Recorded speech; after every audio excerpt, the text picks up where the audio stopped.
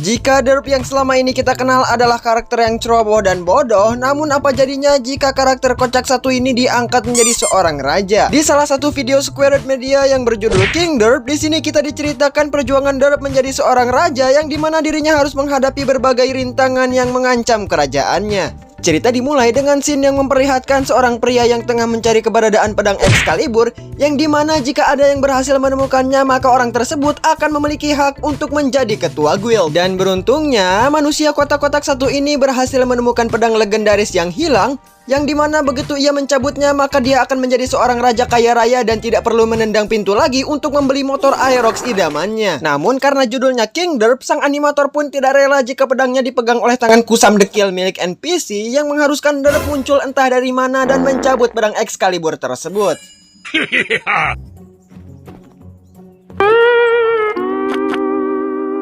Hingga akhirnya di saat Derp pulang dengan suasana hati yang gembira karena sudah berhasil membawa pulang pedang Excalibur, dia bertemu dengan seorang NPC yang dimana gerobak rongsoknya mengalami cedera dan membutuhkan sebuah dongkrak untuk memasang kembali roda pada gerobaknya.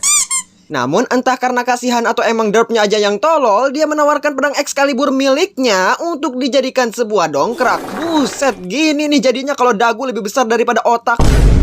Setelah gerobak rongsoknya berhasil di-revive dan diselamatkan, dia pun mengembalikan dongkrak tersebut kepada Derp. Namun NPC yang kala itu otaknya selambat sinyal Indosat, dia baru menyadari bahwa yang ia pegang bukanlah dongkrak biasa, melainkan sebuah pedang Excalibur yang dapat membuat siapapun yang memilikinya menjadi seorang raja.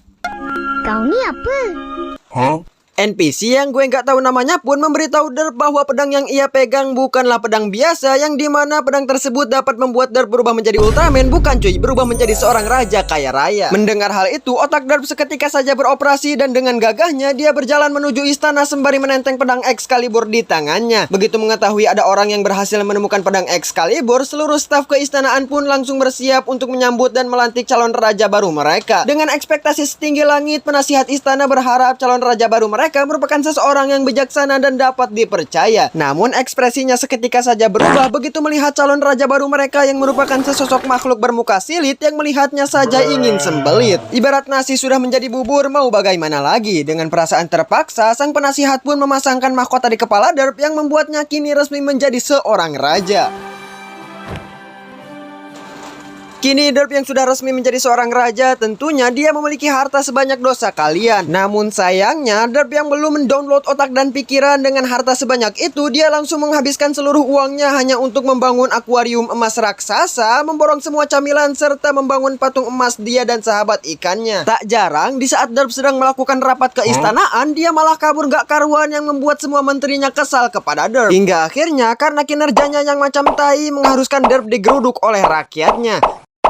Ya nggak tahu. Ditambah lagi Derp harus kehilangan semua hartanya dikarenakan semua uangnya habis hanya untuk membeli barang-barang tidak berfaedah. Kini karir Derp sebagai seorang raja berada di ujung tanduk. Semua followersnya beramai-ramai meng-unfollow Derp dan kini dia tidak memiliki harta apa-apa lagi selain pedang Excalibur yang ada di tangannya. Nah kan gini nih akibatnya kalau salah milih raja.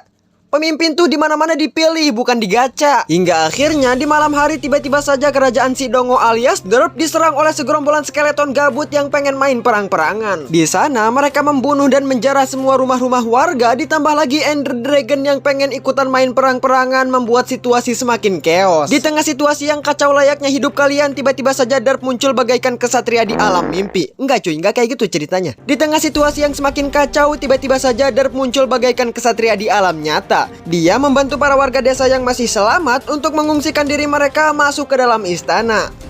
Dan disinilah puncak kegagalan Derp sebagai seorang raja yang gagal melindungi warganya dan mengakibatkan rumah mereka berhasil diluluh lantahkan dalam waktu semalam.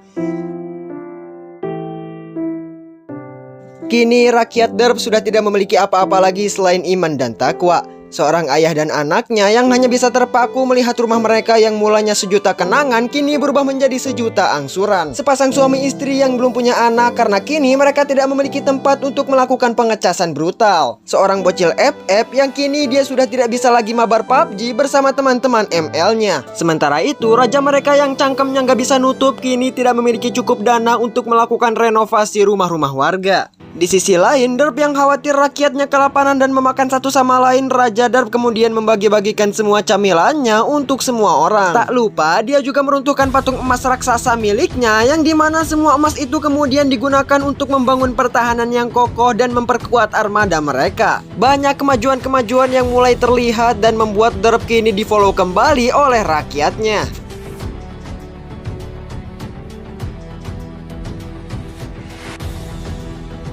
Hingga akhirnya ketika para pasukan skeleton laknatullah kembali menyerang kerajaan mereka, Derp serta pasukannya berdiri di garda terdepan untuk beradu gedik. Berkat pengorbanan dan kerja kerasnya, kini kerajaan Derp memiliki alutista yang cukup untuk mempertemukan lawannya dengan malaikat maut. Hingga akhirnya muncullah seekor nyamuk segede naga yang dengan mudahnya dia menerobos benteng pertahanan dan menyerang warga desa dengan baham apinya.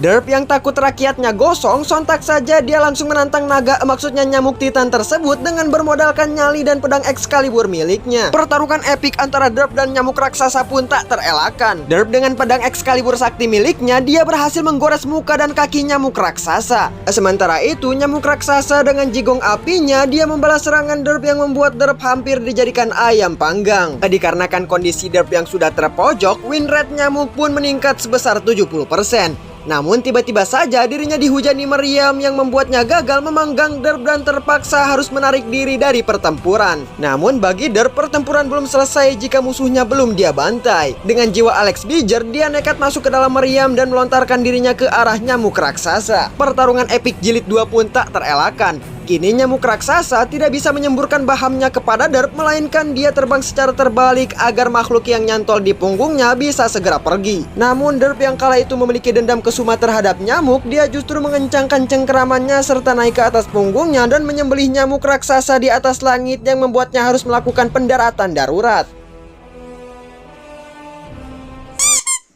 Namun sayangnya Derp yang berhasil membunuh Titan nyamuk harus log out dari server karena tergeprek nyamuk raksasa. Oh enggak cuy, enggak jadi mati, masih hidup rupanya.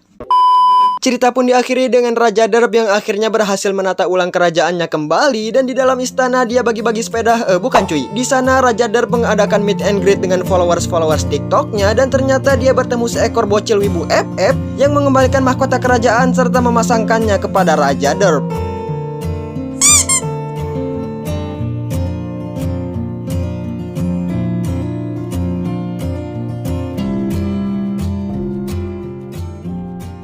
Pemimpin yang hebat tidak diukur dari sebuah pangkat, melainkan seberapa banyak janji yang bisa ia buktikan kepada rakyat. Terlebih lagi, menjadi seorang pemimpin merupakan amanah berat yang harus menampung semua aspirasi rakyat dan bukan bersikap bodoh amat.